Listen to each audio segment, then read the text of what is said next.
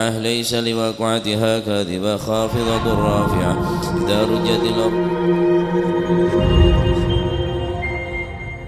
كنتم أزواجا ثلاثة فأصحاب الميمنة ما أصحاب الميمنة وأصحاب المشأمة ما أصحاب المشأمة والسابقون السابقون أولئك المقربون في جنات النعيم ثلة من الأولين وقليل من الآخرين على سرر موضونة متكئين عليها متقابلين يطوف عليهم ولدان مخلدون بأكواب وبارك وكاس من معين لا يصدعون عنها ولا ينزفون وفاكهة مما يتخيرون ولحم طير مما يشتهون وحور عين كأمثال اللؤلؤ المكنون جزاء بما كانوا يعملون لا يسمعون فيها لغوا ولا تأثيما إلا قيلا سلاما سلاما وأصحاب اليمين ما أصحاب اليمين في سدر مخضود وضلح منضود وظل ممدود وماء مسكوب وفاكهة كثيرة لا مقطوعة ولا ممنوعة وفرش مرفوعة إنا أنشأناهن إنشاء فجعلناهن أبكارا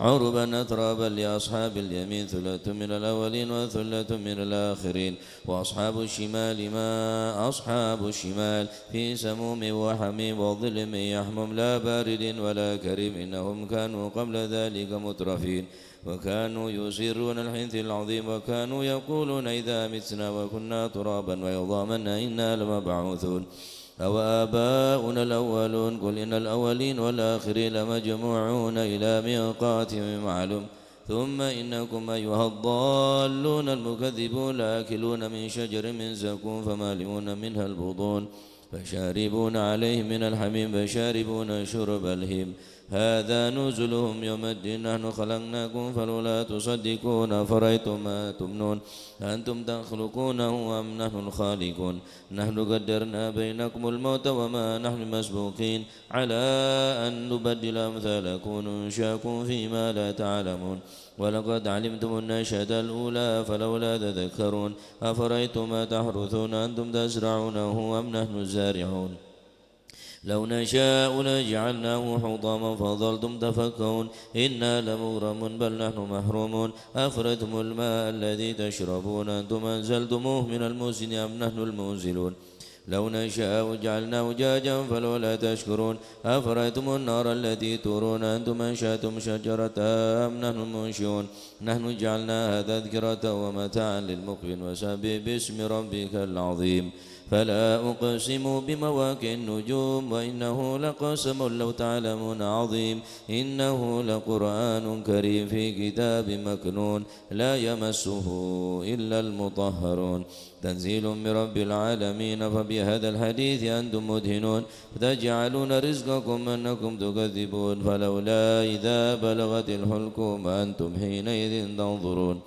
ونحن أقرب إليه منكم ولكن لا تبصرون فلولا إن كنتم غير مدينين ترجعونها إن كنتم صادقين فأما إن كان من المقربين فراح وريحان وجنة نعيم وأما إن كان من أصحاب اليمين فسلام لك من أصحاب اليمين وأما إن كان من المكذبين الضالين فنزل من حميم وتصلية جحيم إن هذا لهو حق اليقين فسبح باسم ربك العظيم اللهم سن وجوهنا باليسار ولا توهنا بالإقتار فنسترزق طالب رزقك ونستعظم شرار خلقك ونشتغل بحمد من أعطانا ونبتلى بذنب من منعنا وأنت من وراء ذلك كله ذو العطاء والمن اللهم كما سنت وجوهنا عن السجود إلا لك فسنا للحاجة إلا إليك بجودك وكرمك وفضلك يا أرحم الراحمين يا أرحم الراحمين يا أرحم الراحمين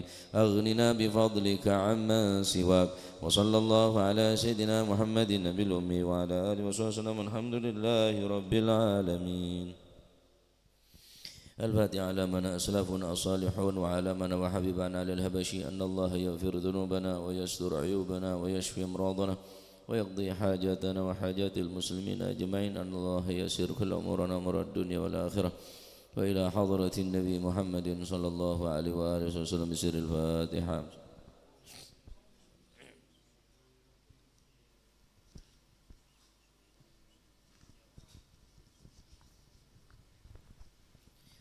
يا رب صل على محمد شرف بدر في الكون أشراق. يا ربي صل على محمد يا ربي صل عليه وسلم. يا ربي صل على محمد كرم داع يدعو إلى الحق. يا ربي صل على محمد يا ربي صل عليه يا وسلم. ربي صل على محمد المصطفى الصادق المصدق.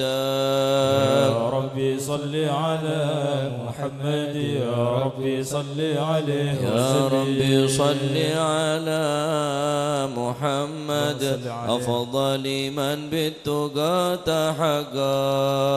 يا ربي صل على محمد يا ربي صل عليه يا ربي وسلم. صل على محمد من بالسخاء والوفاء تخلى.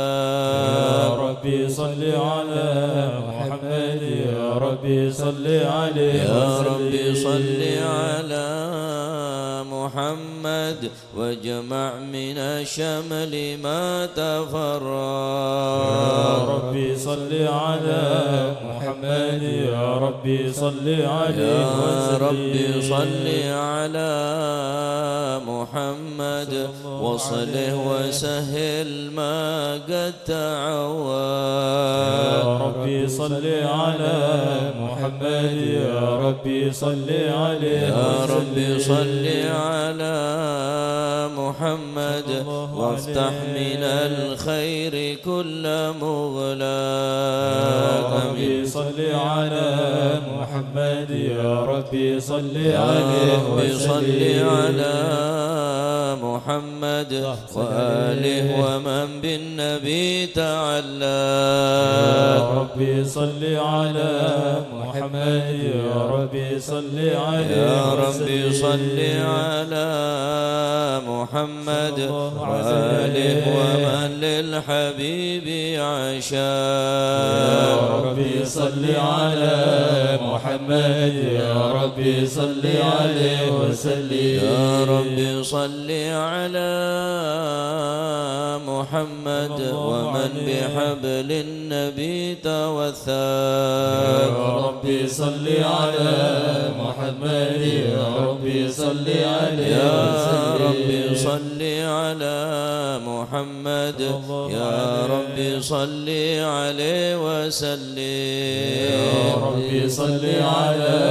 محمد يا ربي صل عليه وسلم. اللهم صل وسلم وبارك عليه. أعوذ بالله من الشيطان الرجيم. بسم الله الرحمن الرحيم. إنا فتحنا لك فتحا مبينا ليغفر لك الله ما تقدم من ذنبك وما تأخر ويتم نعمته عليك ويهديك صراطا مستقيما وينصرك الله نصرا عزيزا. لقد جاءكم رسول من أنفسكم عزيز عليه ما عنتم حريص عليكم بالمؤمنين رؤوف رحيم. فإن تولوا فقل حسبي الله لا إله إلا هو عليه توكلت وهو رب العرش العظيم. إن الله وملائكته يصلون على النبي يا أيها الذين آمنوا صلوا عليه وسلموا تسليما. اللهم صل وسلم وبارك عليه. السلام عليك زين الأنبياء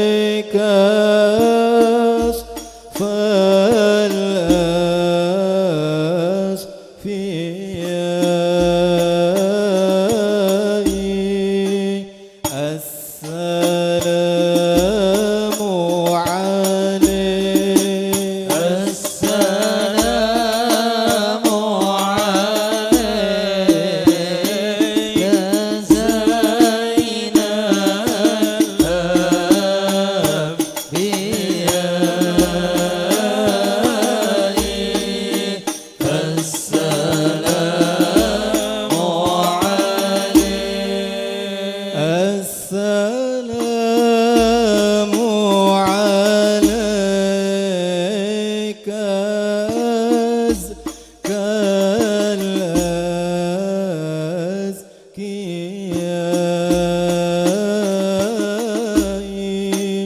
السلام عليك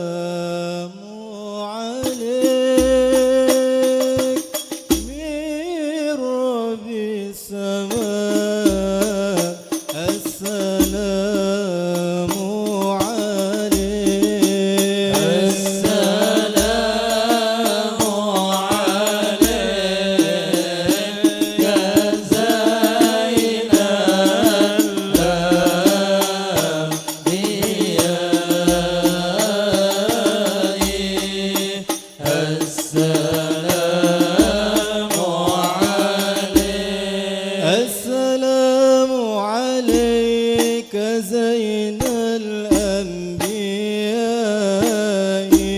صلى الله عليه. السلام عليك زين الأنبياء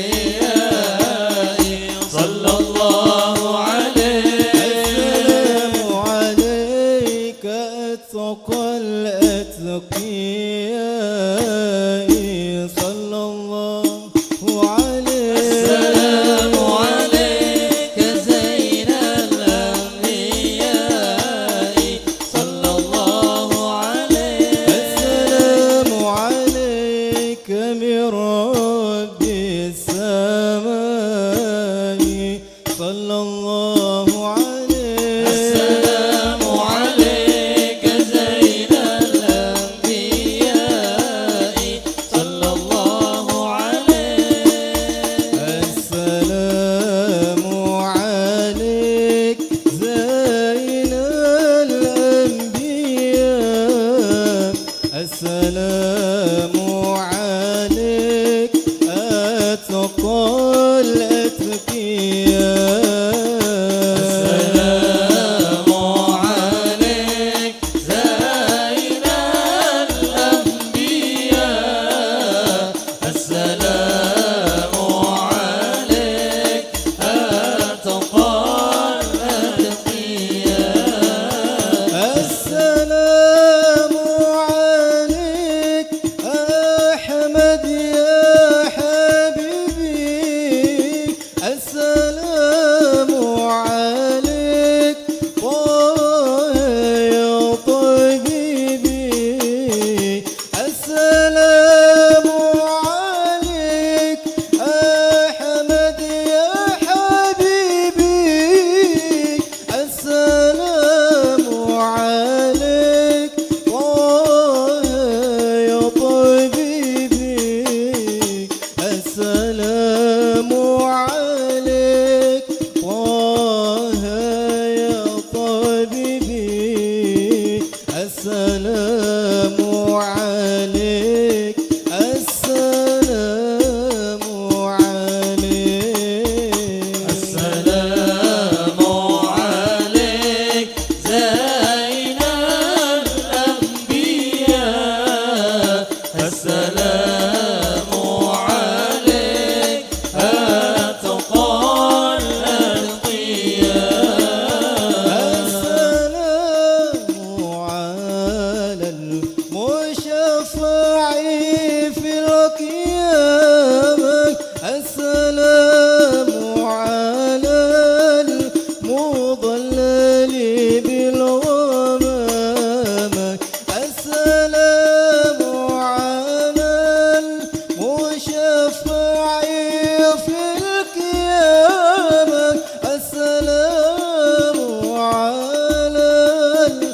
المضلل بالغمام السلام على المتوج بالكرم السلام عليك السلام عليك السلام عليك زين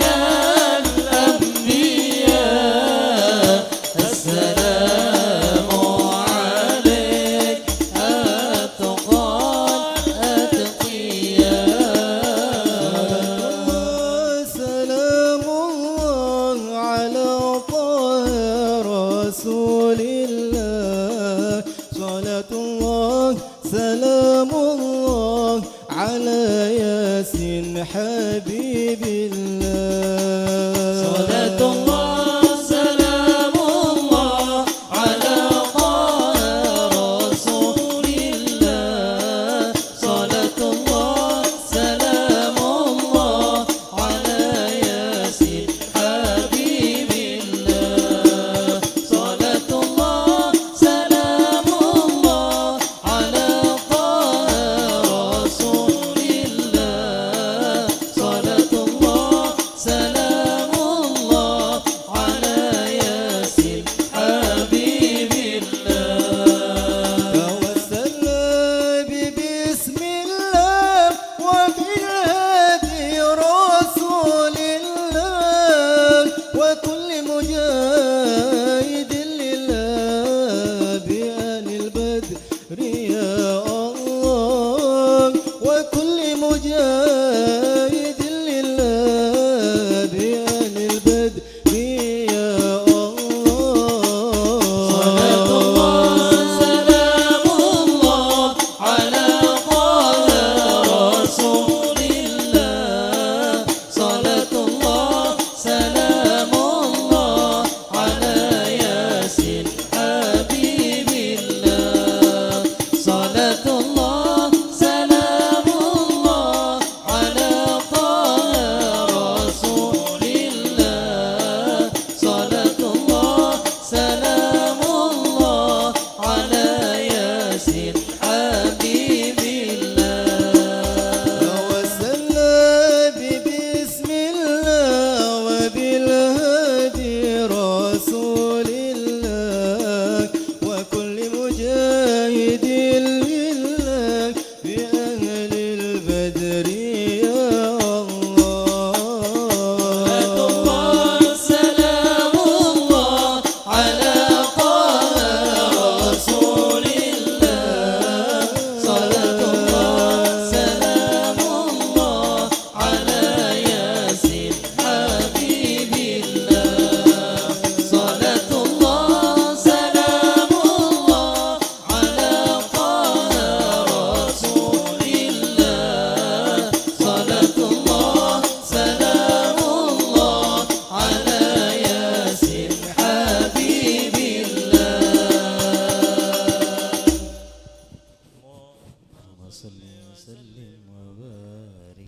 اللهم صل وسلم وبارك عليه وعلى آله صلى الله عليه بسم الله الرحمن الرحيم الحمد لله القوي سلطانه الواضح برهانه المبسوط في الوجود كرمه وإحسانه صلى الله تعالى مجده وعظم شانه خلق الخلق لحكمة وطوى عليها علمه وبسط لهم من فائض المنة ما جرت به في أقدار القسمة صلى الله عليه أرسل إليهم أشرف خلقه وأجل عبيده رحمة تعلقت إرادته الأزلية بخلق هذا العبد المحبوب فانتشرت آثار شرفه في عوالم الشهادة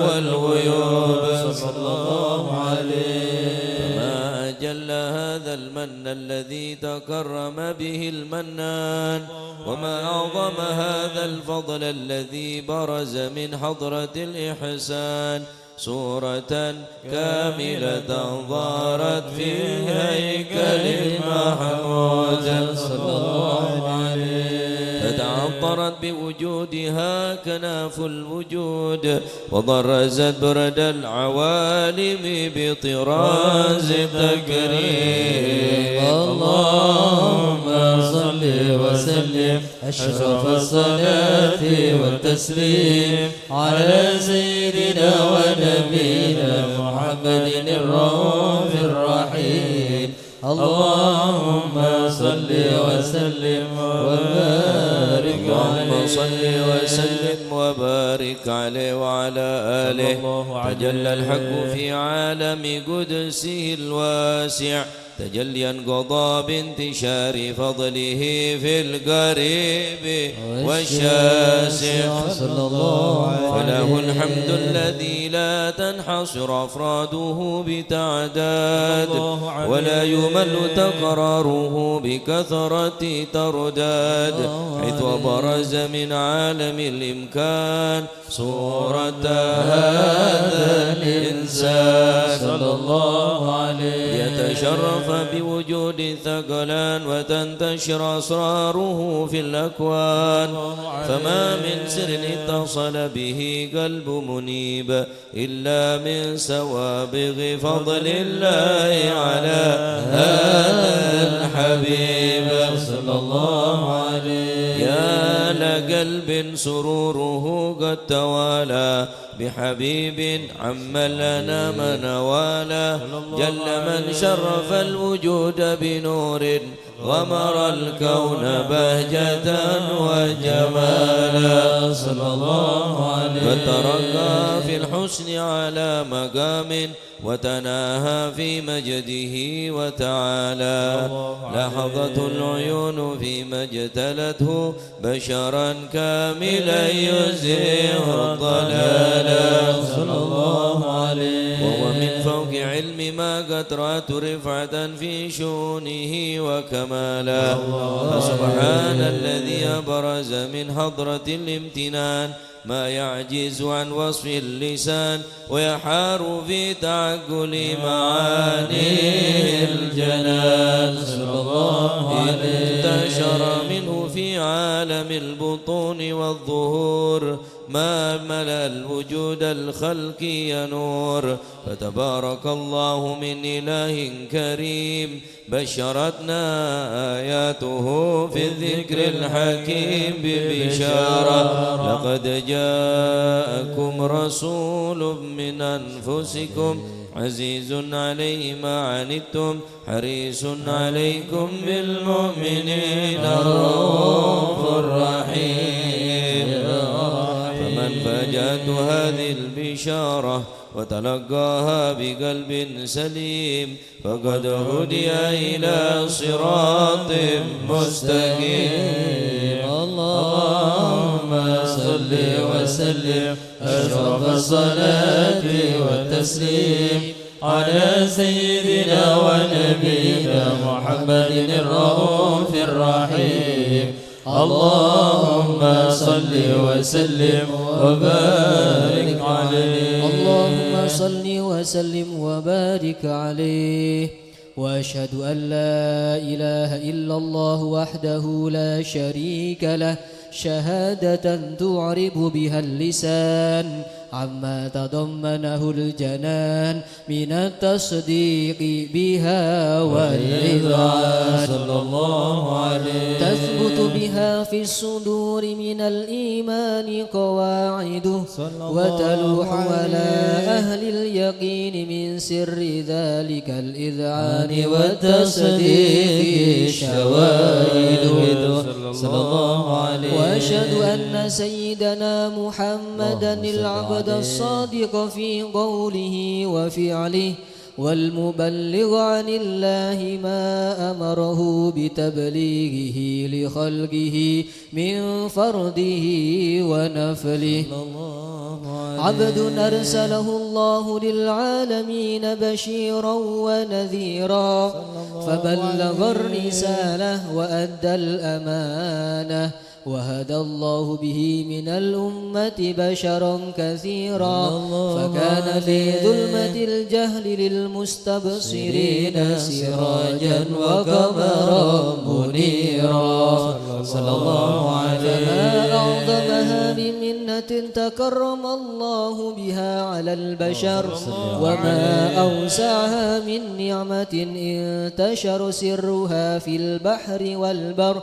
اللهم صل وسلم بأجل الصلوات وأجمعها وأزكى التحية وأوسعها على هذا العبد الذي وفى بحق العبودية صلى الله وبرز فيها في خلعة الكمال وقام بحق الربوبية في مواتن الخدمة لله وأقبل عليه غاية الإقبال صلى الله عليه. صلاة يتصل بها روح المصلي عليه به فينبسط في قلبه نور سر تعلقه به وحبه ويكتب بها بعناية الله في حزبه وعلى آله وصحبه الذين ارتقوا صهوة المجد بقربه صلى الله عليه وتفيهوا ظلال الشرف الأصلي بوده وحبه ما عنطر الأكوان بنشر ذكراهم نسيم. اللهم صل وسلم أشرف الصلاة وتسليم على سيدنا ونبينا محمد الرؤوف الرحيم. اللهم صل وسلم وبارك عليه. اللهم صل وسلم وبارك عليه وعلى آله.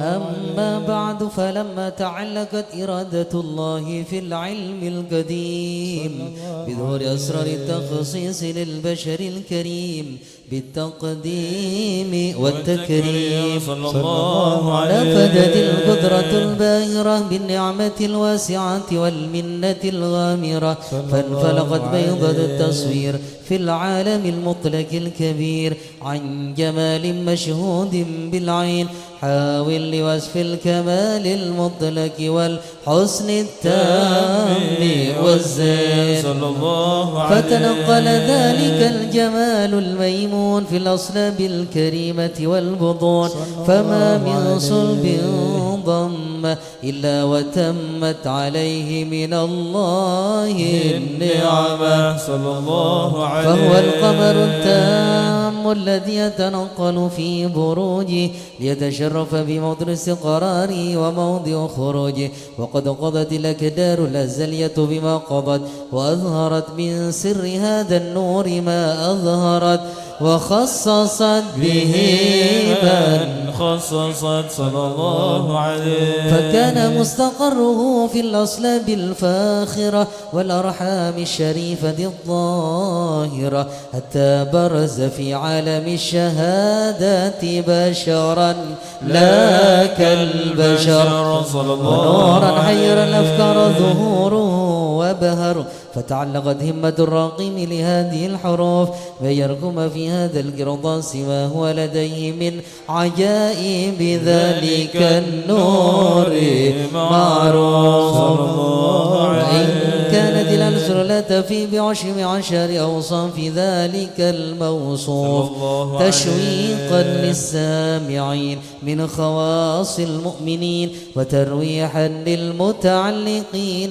بهذا النور المبين صلى الله عليه وإلا فأن تعرب الأقلام عن شؤون خير الأنام ولكن هزني إلى تدوين ما حفظت من سر أشرف المخلوقين وما أكرم الله به في مولده من الفضل الذي عم العالمين صلى الله عليه وبقيت رايته في الكون منشورة على مر الأيام والشهور والسنين داعي التعلق بهذه الحضرة الكريمة ولاعي التشوق إلى سماء أوصافها العظيمة ولعل الله ينفع به المتكلم والسامع فيدخلان في شفاعة هذا النبي الشافع ويتروحان بروح ذلك النعيم. اللهم صل وسلم أشرف الصلاة والتسليم على سيدنا ونبينا محمد الرؤوف الرحيم. اللهم صل وسلم وبارك عليه. يا سيد رسلي يا طاهر يا غاية القصد والشان صلى عليك العلي القدير في كل وقت وأحيان. يا سيد الرسل يا طاهر يا غاية القصد والشان صلى عليك العلي القدير في كل وقت وأحيان.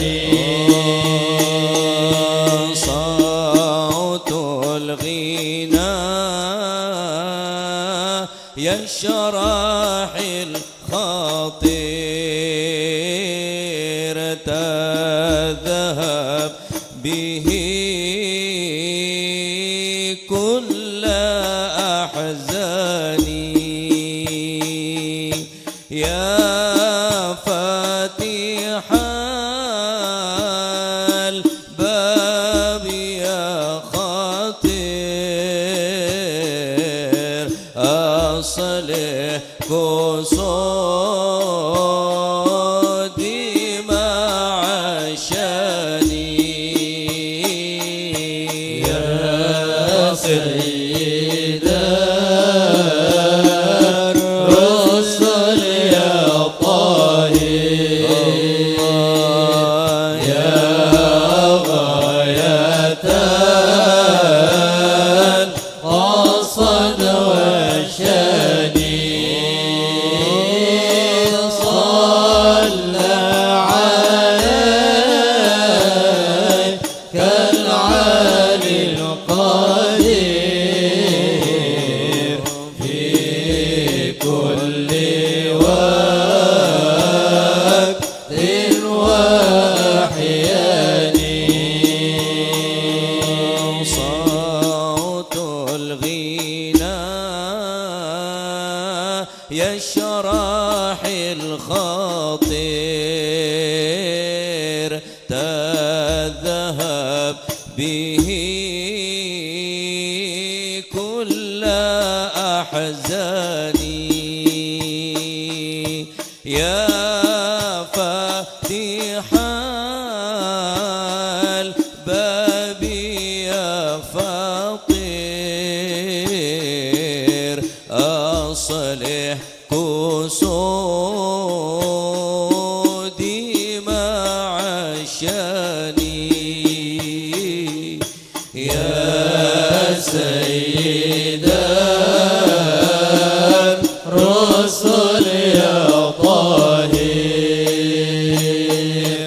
يا غاية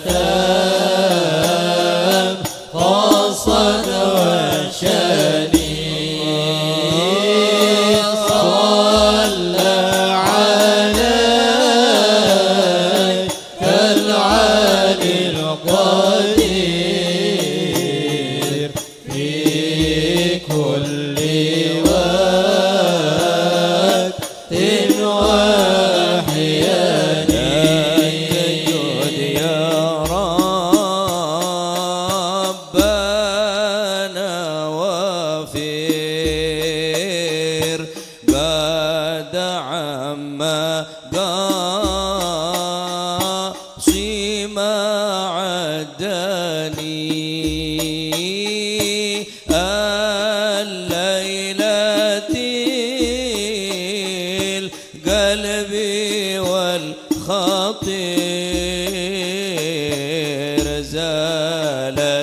به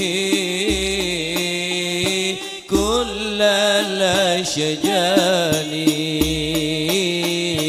يا سيد الرسل يا طاهر يا غاية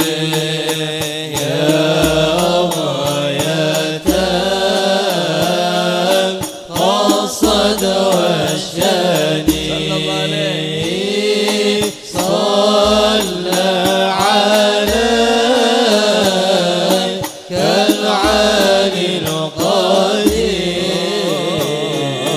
في كل وقت وأحيان صوت المغاني كما المطير لوحل يا أصحابنا ثاني والصرر باطن وشي ظاهر وامرين بناية إلى البني يا سيد الرسل يا طاهر يا غاية القصد والشان صلى عليك العالي القدير في كل وقت وأحيان محرك على الهجير وحكم شلة الدني ولا يروي سوى المهير ليحكيها الضرب في الآني يا سيد الرسل يا طاهر يا غاية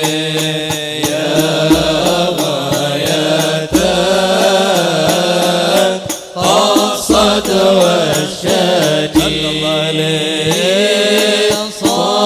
صلى عليك كالعالي القدير في كل وقت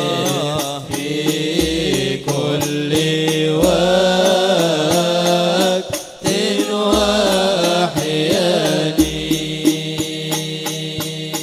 يا سيد الرسل يا طاهر يا غاية القصد والشان صلى عليك العالي القادر في كل وقت وأحيان يا سيد الرسل يا طاهر يا غاية القصد والشان صلى عليك العالي القادر في كل وقت وأحيان يا سيد الرسل يا طاهر يا غاية القصد والشان صلى عليك العالي القادر في كل وقت وأحيان يا سيد الرسل يا طاهر يا غاية القصد والشان يا سيد الرسل يا طاهر يا غاية القصد والشان صلى عليك العالي القادر في كل وقت وأحيان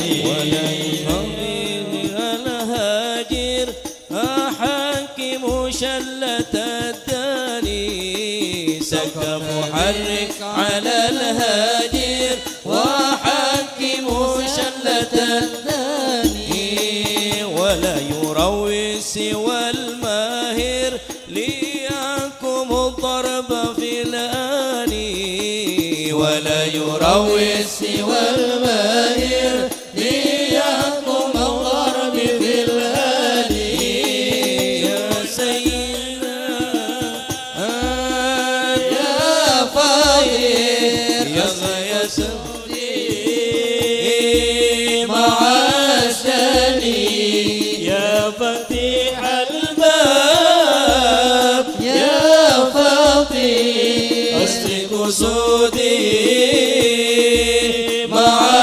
معاشني لك جود يا ربنا وافر قد عم قاسم عدني لك جود يا ربنا وافر قد عم قاسم عدني يا سيد الرسل يا طاهر يا غاية القصد والشاني صلى عليك العالي القادر في كل وقت وأحيان يا سيد الرسل يا طاهر يا غاية القصد والشان يا سيد الرسل يا طاهر يا غاية القصد والشان صلى عليك العالي القادر في كل وقت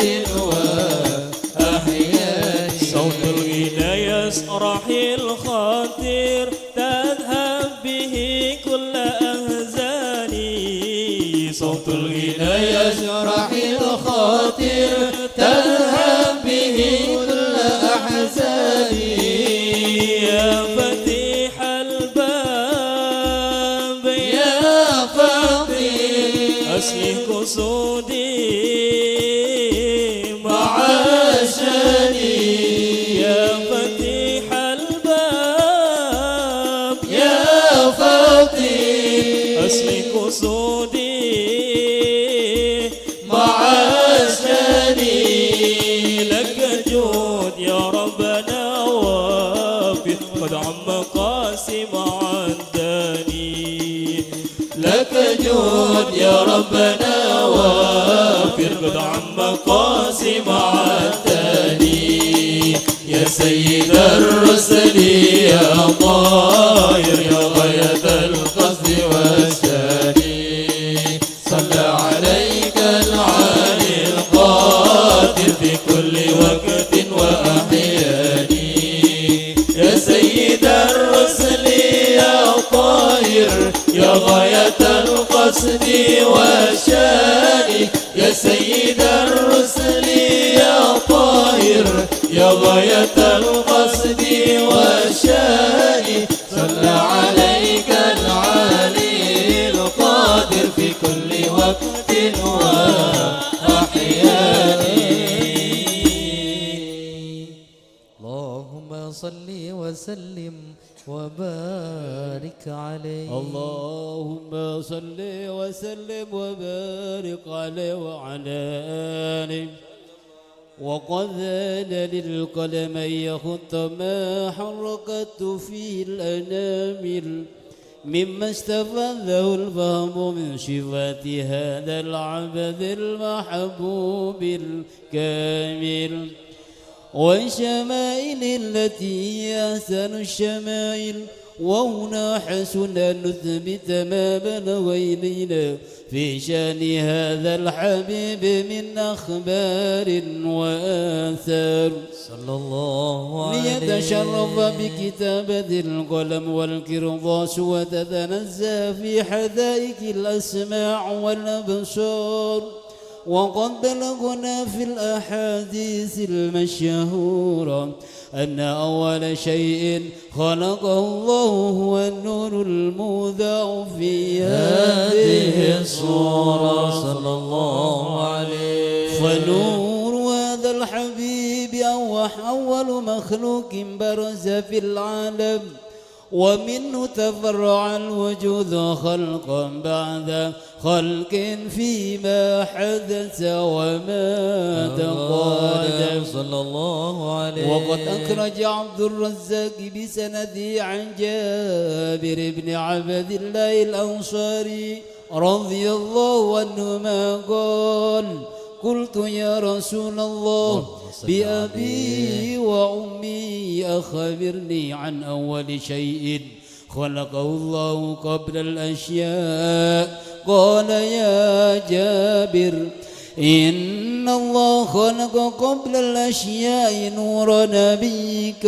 محمد صلى الله عليه وسلم بالنور صلى الله عليه. وقد ورد من حديث أبي هريرة رضي الله عنه أنه قال قال رسول الله صلى الله عليه وسلم كنت أول النبيين في الخلق وآخرهم في البعث صلى الله عليه. وقد تعددت الروايات بأنه أول الخلق وجودا وأشرفهم مولودا صلى الله عليه. ولما كانت السعادة الأبدية لها ملاحظة خفية اختصت من شاءت من البرية بكمال الخصوصية صلى الله عليه. فاستوضعت هذا النور المبين أصلاب وبطون ما شرفته من العالمين فتنقل هذا النور من صلب آدم ونوح وإبراهيم عليه السلام حتى أوصلت يد العلم القديم إلى من خصصت بالتكريم أبيه الكريم عبد الله بن عبد المطلب ذي القدر العظيم وأمه التي هي في المخاوف آمنة السيدة الكريمة آمنة فتلقاه صلب عبد الله فألقاه إلى بطنها صلى الله عليه فضمته أشياءها بمعونة الله محافظة على حق هذه الذرة وشعورها فحملته برعاية الله كما ورد عنها حملا خفيفا لا تجد له ثقلا صلى الله عليه ولا تشكو منه ألما ولا عللا حتى مر الشهر بعد الشهر من حمله وقرب وقت برجوره إلى عالم الشهادة لتنبسط على أهل هذا العالم فيوضات فضله وتنتشر فيه آثار مجد الصميم. اللهم صل وسلم أشرف الصلاة والتسليم على سيدنا ونبينا محمد الرؤوف الرحيم. اللهم صل وسلم وبارك عليه صل وسلم وبارك عليه وعلى آله ومنذ علقت به هذه الدرة المكنونة والجوهرة المصونة والكون كله يصبح ويمسي في سرور وابتهاج صلى الله عليه بقرب ظهور إشراك هذا السراج والعيون متشوفة إلى بروزه متشوقة إلى التقاط جواهر كنوزه صلى الله عليه وكل دابة لقريش نطقت بفصيح العبارة معلنة بكمال البشارة وما من حامل حملت في ذلك العام إلا أتت في حملها بغلام من بركات وسعادة هذا الإمام صلى الله عليه ولم تزل الأرض والسماوات متضمخة بعطر الفرح بملاقات أشرف البريات وبروزه من عالم الخفاء إلى عالم الظهور بعد تنكله في البطون والثور صلى الله عليه. فأظهر الله في الوجود باجة التكريم وبسط في العالم الكبير مائدة التشريف والتعظيم ببروز هذا البشر الكريم. اللهم صل وسلم أشرف الصلاة والتسليم على سيدنا ونبينا محمد الرؤوف الرحيم. اللهم صل وسلم وبارك عليه. اللهم صل وسلم وبارك عليه وعلى آله. فحين قرب أوان وضع هذا الحبيب أعلنت السماوات والأرضون ومن فيهن بالترحيب وأمطار الجود لله على أهل الوجود تثيج والسنة الملائكة بتبشير للعالمين تعي. سبحان الله والحمد لله إله إلا الله. الله أكبر. سبحان الله والحمد لله إله إلا الله. الله أكبر. سبحان الله والحمد لله إله إلا الله. الله أكبر. والقدرة كشفت كناع هذا المستور ليبرز نوره كاملا في عالم الظهور نورا فاق كل نور. وأنفذ الحق حكم على من أتم الله عليه النعمة من خواص الأمة أن يحضر عند ودعه أمة تأنيسا لجنابها المسعود ومشاركة لها في هذا السباق الممدود. صلى الله عليه. حضرت بتوفيق الله سيدة مريم وسيدة آسيا ومهما من الحور العين من قسم الله له من الشرف بالقسمة الوافية. فأتى الوقت الذي رتب الله على حضوره وجود هذا المولود. فانفلق سبح الكمال من النور ينعمود وبرز الحميد المحمود مذعنا لله بالتعظيم والسجود. صلى الله على محمد صلى الله عليه وسلم. صلى الله على محمد صلى الله عليه وسلم. اللهم صل على محمد. أشرق الكون ابتهاجا بوجود المصطفى أحمد وليا للكون أنس وسرور قد تجدد. يا نبي سلام عليك يا رسول سلام عليك يا حبيب سلام عليك صلوات الله عليك. فاضطربوا يا أهل المثاني فهزار اليمن غرد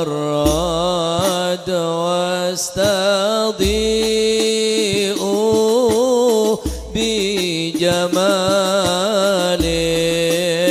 فقف في الحسن تفرد صلى الله عليه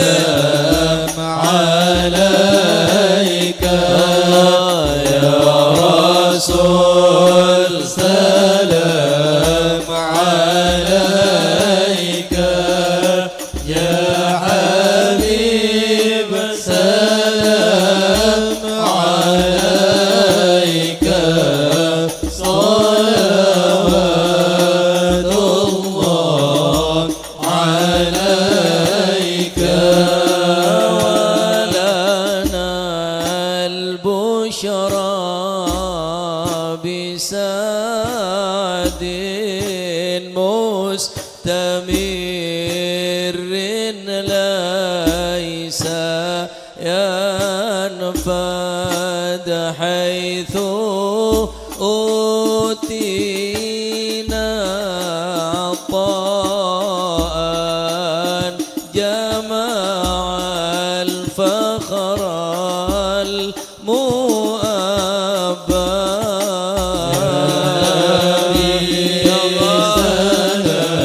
صلى الله عليك يا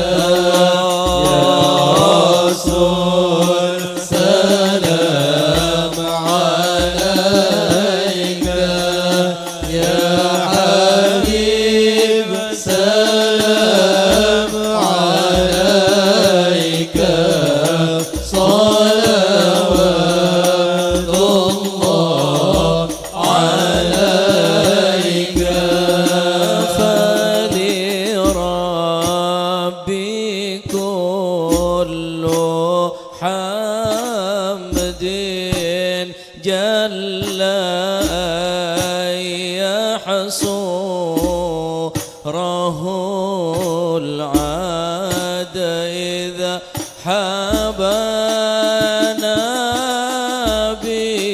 بوجود المصطفى الهادي محمد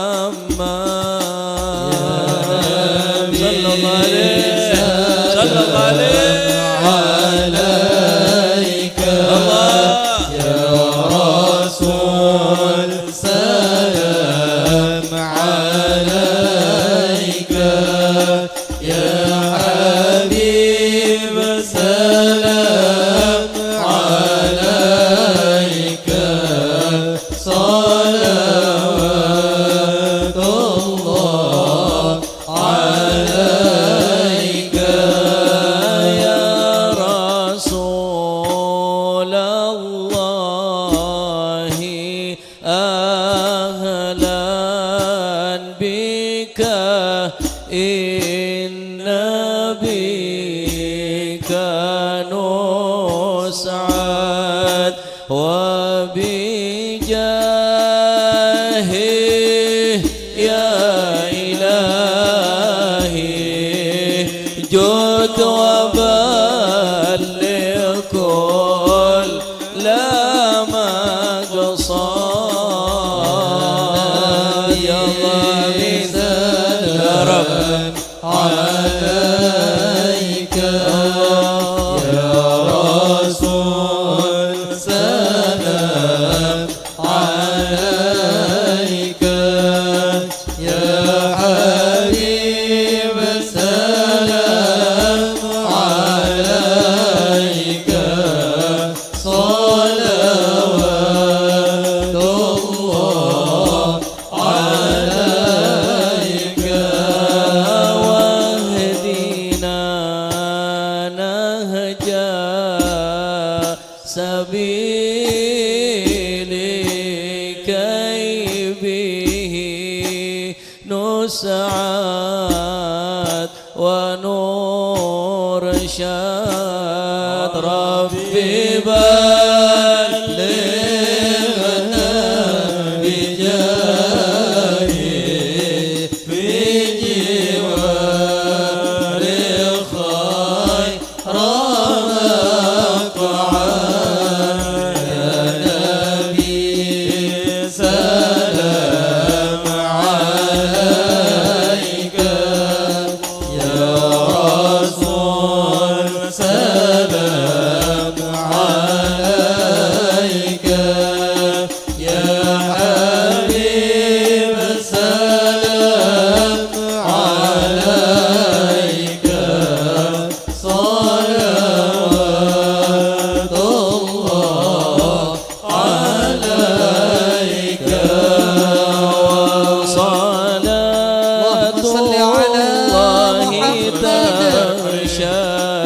أشرف الرسل محمد وسلام مستمر كل حين يتجدد طلع البدر علينا من ثنيات الوداع وجب الشكر علينا ما دعا لله إذا طلع البدر علينا من ثنيات الوداع وجب الشكر علينا ما دعا لله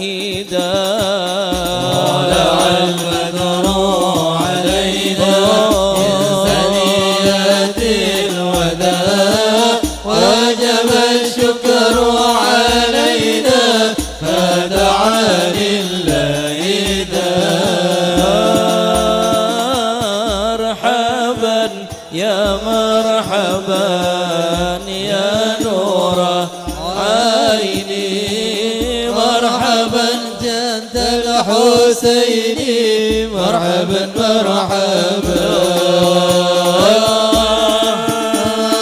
مرحبا يا مرحبا يا نور العين مرحبا جد الحسين مرحبا مرحبا واكرم الأرواح منا واكرم الأرواح منا بلقاء خير الأنام مرحبا مرحبا يا مرحبا يا نور العين مرحبا جد الحسين مرحبا مرحبا صلاة الله تغشى شرف الرسل محمد وسلام مستمر كل حين يتجدد يا نبي سلام عليك يا رسول سلام عليك يا حبيب سلام عليك صلوات الله عليك اللهم صل على محمد.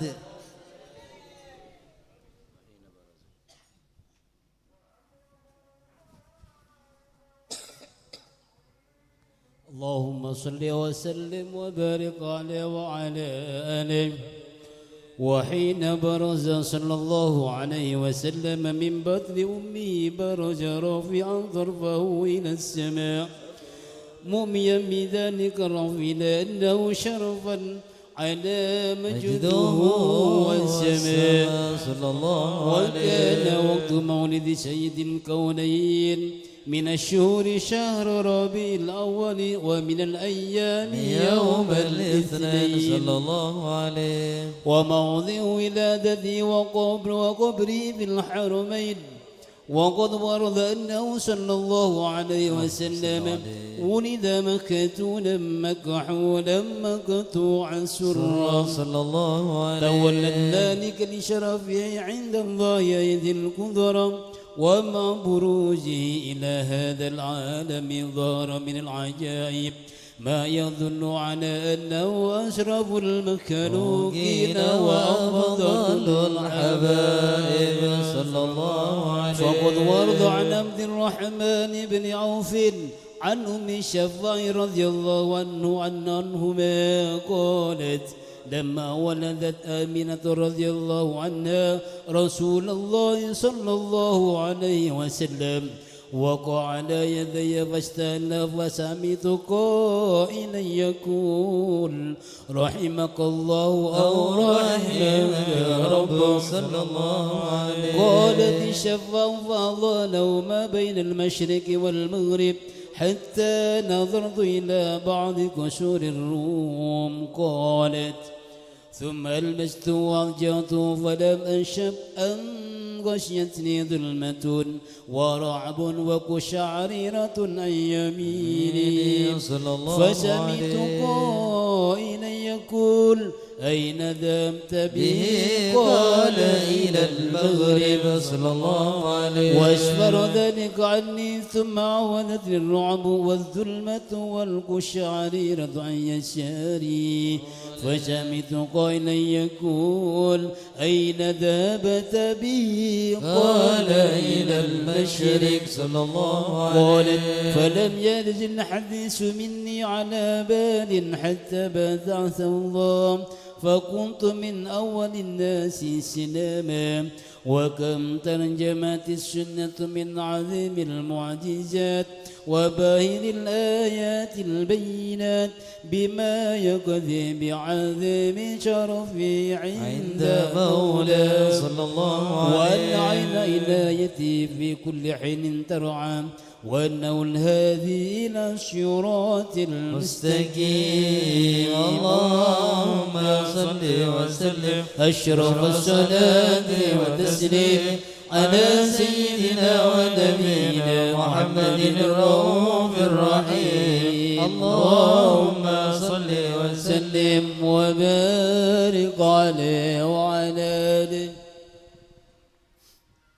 Bismillah, alhamdulillah, wassalatu wassalamu ala rasulillah Sayyidina Maulana Muhammad Ibni Abdillah, la hawla wa la quwata illa billah. Radiyallahu ankum wa qala radiyallahu an la tasma' ma la tahtaj ila sima'ih wa la tara ma la tahtaj ila ru'yatih wa la tatahaddath amma la tahtaj ila tahadduth anhu wa la taktashif abada ma la tahtaj ila tahadduth anhu لا تحتاج إلى ولا لا لا لا تحتاج إلى معرفته إلى آخر ما قال رضي الله عنه وأرضاه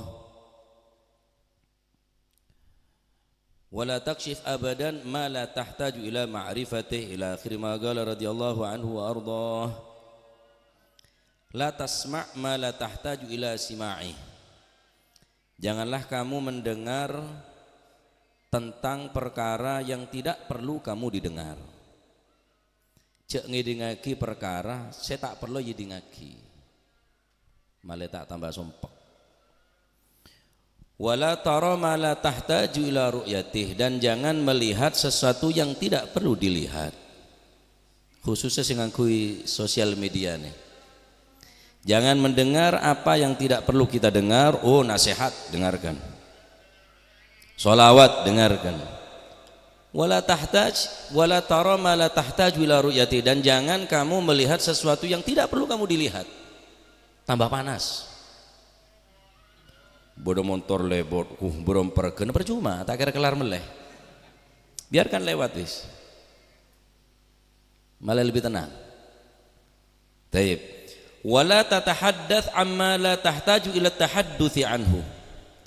Dan jangan kamu berbicara sesuatu yang tidak perlu dibicarakan.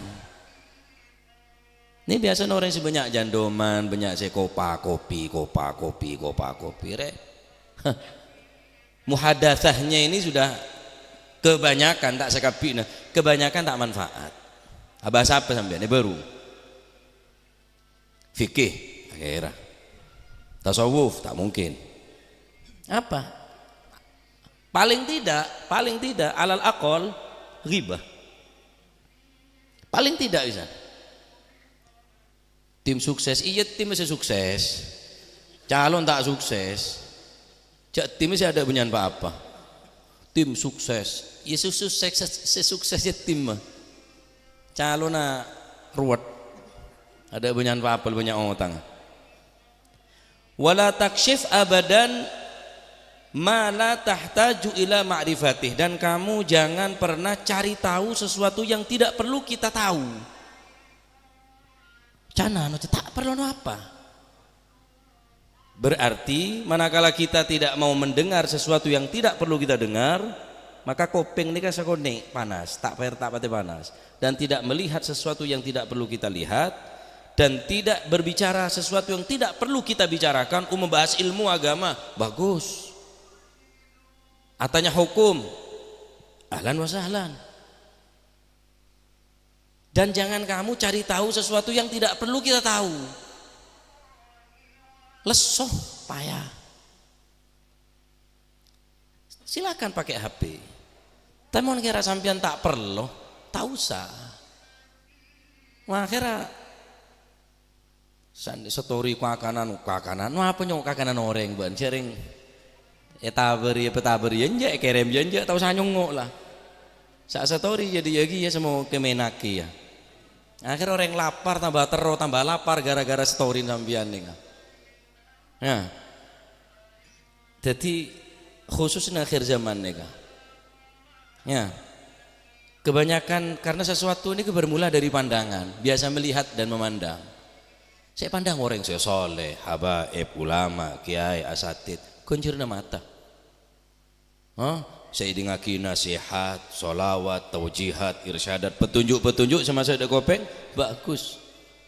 Nah, lain dari nikah seperlona wis, omong seperlona, ngidingaki seperlona, aciling seperlona.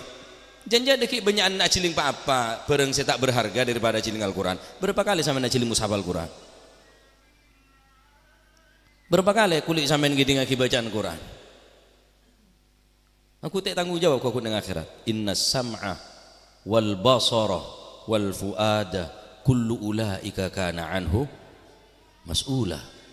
Inna sam'a sesungguhnya telinga, wal basara dan mata penglihatan kita, wal fuada hati kita yang merasa baik, yang merasa sombong, yang merasa seberang kali nek andi hikit, andi napa dengki ka orang, andi rasa ere ka orang. Indallahi mas'ula, mas'ula indallah. Kullu ulaika kana anhu mas'ula. Kapi nu pasti diminta pertanggungan jawab. Kabe apa ban jemata? Kabe apa ban kopeng? Bukakan Allah beri kopeng gratis ke kulit sambian. Berapa orang terongi dinga ngak sambian nega. Berobat sana, berobat sini, dokter sana, dokter sini, ketih hati, telinga, hati, mata sebenarnya. Terongi telang ngak kulit sambian nega. Tapi kulit sambian nega tandi rasa syukur dekat Allah Subhanahu wa taala. Masya Allah ya. Alhamdulillah bisa hadir majelis, colok bisa solawat, merepat bisa celing umat Islam pada Islam ya, ngedingaki nasihat. Siapa teh banyak komentar, siapa teh banyak omong, siapa teh banyak muka. Tuh mun karek kadung ketemon bi pasangan nabi calon wis komo oleh apa kaki? Kakek mati tak kira DPR, tak kira bupati je saya menjengaki. Billahi tak kira. Ya tetanggan saya kamu soji ya, apa pancet? Silakan dukung, saya masih dukung tanpa merendahkan pasangan saya lain, tanpa meremehkan, tanpa menghinakan, tanpa memfitnah dan mencaci dan lain sebagainya. Malah selamat, malah selamat. Kulan di pelean, sampean di pelean, pele ke saya pele. Tanpa harus bodoh tekanan paksaan dari orang lain, harus pada yang pelean, harus pada musuh pelean mon pada bola tak pada nih mana kocak pelean. Maka cek nyak banyak muka, cek patenya banyak ngidingaki, cek patenya banyak ajeling. Malai selamat insyaallah ya. Muga nasihat singkat nih kita tia manfaat, tia bekal kangkul panjenengan untuk semakin terarah, tia orang sekrat tuh dekat ajunan Allah Subhanahu wa taala. Amin ya rabbal alamin. Wa sallallahu alaihi wasallam Muhammad. Alhamdulillah rabbil alamin. Bismillahirrahmanirrahim. Alhamdulillahi rabbil alamin. Hamdan yuwafi ni'mahu wa yukafi mazidah. Ya Rabbana lakal hamdu kama yanbaghi li jalali wajhika wa li 'azimi sultanik. Allahumma salli wa sallim ala sayyidina Muhammadin fil awwalin wa salli wa sallim ala sayyidina Muhammad fil akhirin wa salli wa sallim ala sayyidina Muhammadin fi kulli waqti wa hin wa salli wa sallim ala sayyidina Muhammad fil mala'il a'la ila yaumiddin wa salli wa sallim ala sayyidina Muhammad wa ala alihi wa sahbihi ajma'in. ولما ندم الفكر من درار الأوصاف المحمدية أكودا توجهت إلى الله متوسلا بسيدي وحبيبي محمد صلى الله عليه وسلم أن يجعل سعي فيه مشكورا وفعلي فيه محمودا وأن يكتب أعمالي في الأعمال المقبولة وتوجهي في التوجهات الخالصة وسيلات الموصولة. اللهم يا من إليه تتوجه الآمال فتعود ضافرة وعلى باب عزته تحت الرحال فتحشاها منه الفيوضات الهامرة نتوجه إليك بأشرف الوسائل لديك سيد المرسلين عبدك الصادق الأمين سيدنا محمد الذي أمت رسالته العالمين أن تصلي وتسلم على تلك الذات الكاملة مستودع أمانتك وحفيظ سرك وحامل راية دعوتك شاملة الأب الأكبر المحبوب لك والمحسس بشرف الأفخار في كل موطن من مواطن القرب ومدهر قاسم إمدادك في عبادك وساكي كؤوس إرشادك لأهل ودادك سيد الكونين وأشرف الثقلين الأمد المحبوب الخالص المحسوس منك بأجل الخصائص. اللهم صل وسلم عليه وعلى آله وأصحابه وأهل حضرة اقترابه من أحبابه.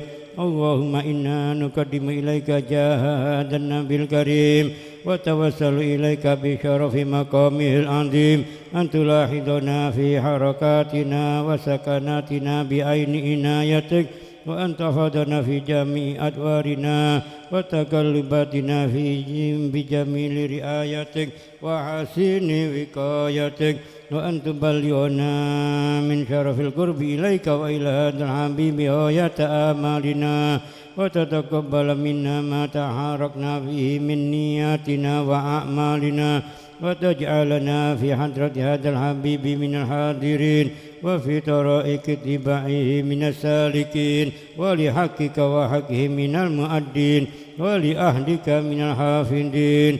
اللهم إن لنا أدماء في رحمتك الخاصة فلا تحرمنا وذنونا جميلة يا وسيلتنا إليك فلا تغيبنا. آمنا بك وبرسولك وما جاء به من الدين وتوجهنا به إليك مستشفئين أن تقابل المذنب منا بالغفران والمسيء بالإحسان والسائل بما سأل والمؤمل بما أمل وأن تجعلنا ممن نصر هذا الحبيب ووازره ووله وظهره وأم ببركته وشرف وجهته أولادنا ووالدنا وأهل قدرنا ووادنا وجميع المسلمين والمسلمات والمؤمنين والمؤمنات في جميع الجهات وأدم راية الدين القويم في جميع الأقطار منشورة ومعالم الإسلام والإيمان بأهلها مأمورة معنى وسورة واكشف اللهم كربة المكروبين واقض دين المدينين واغفر للمذنبين وتقبل توبة التائبين وانشر رحمتك على عبادك المؤمنين أجمعين واكف شر المعتدين والظالمين وابسط العدل بولاة الحق في جميع النواحي والأقطار وأيدهم بتأييد من عندك والنصر على المعاندين من المنافقين والكفار واجعلنا يا رب في الحسن الحسين من جميع البلايا واجعلنا يا رب في الحسن الحسين من جميع البلايا وفي الحرز المكين من الذنوب والخطايا وأدمنا في الأمل بطاعتك والصدق في خدمتك قائمين وإذا توفيتنا فتوفنا مسلمين مؤمنين واختم لنا منك بخير أجمعين. وصل وسلم على هذا الحبيب المحبوب للأجسام والأرواح والقلوب وعلى آله وصحبه ومن إليه منسوب وآخر دعوانا الحمد لله رب العالمين. سبحانك ربك رب العزة عما يصفون وسلام على المرسلين والحمد لله رب العالمين.